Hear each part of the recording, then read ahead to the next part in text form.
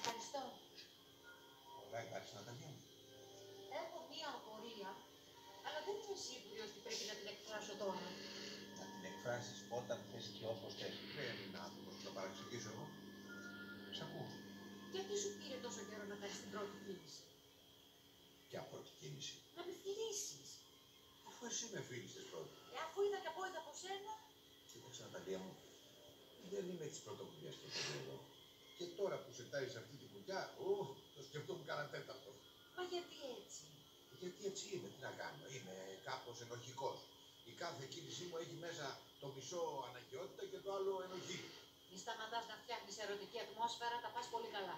Θέτω απλώς τη βάση για μια σχέση υγιή. Συστήνομαι. Λέω ποιος είναι. Σου στρώνω όλο το μπουφέ που λέμε για να ξέρεις ποια είναι ακριβώς τα ανατώματά μου. Πάρε και ένα ελάττωμα από μένα, μιας και είμαστε στην αρχή. Ο γιος μου. Τι έχει, μια χαρά είναι το παιδί. Τον αγαπάω υπερβολικά. Αυτό είναι το ελάττωμα, όχι το παιδί. Μα να είσαι και τον αγαπάς.